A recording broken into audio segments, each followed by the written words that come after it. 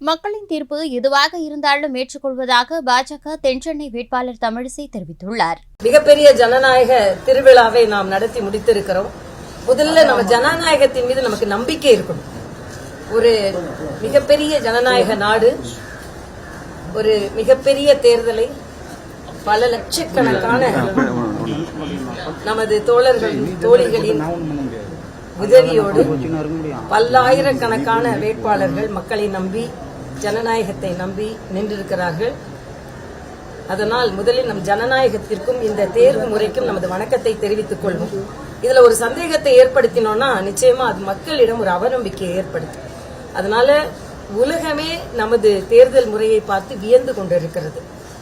அதனால் நிச்சயமாக இந்த ஜனநாயக முறையில் நம்பிக்கை வைத்து இந்த ஜனநாயகத்திற்கு நமது வணக்கத்தை தெரிவித்து, மக்களின் தீர்ப்பு எதுவாக இருந்தாலும் மக்கள் தான் இந்த ஜனநாயகத்தின் முதல் சக்தி படைத்தவர்கள். அவர்கள் கொடுக்கின்ற அந்த தீர்ப்பு எதுவாக இருந்தாலும் அதை ஏற்றுக்கொண்டு அவர்களுக்கு பணியாற்றுவதுதான் ஒவ்வொரு வேட்பாளரின் கடமையாக இருக்க முடியும்.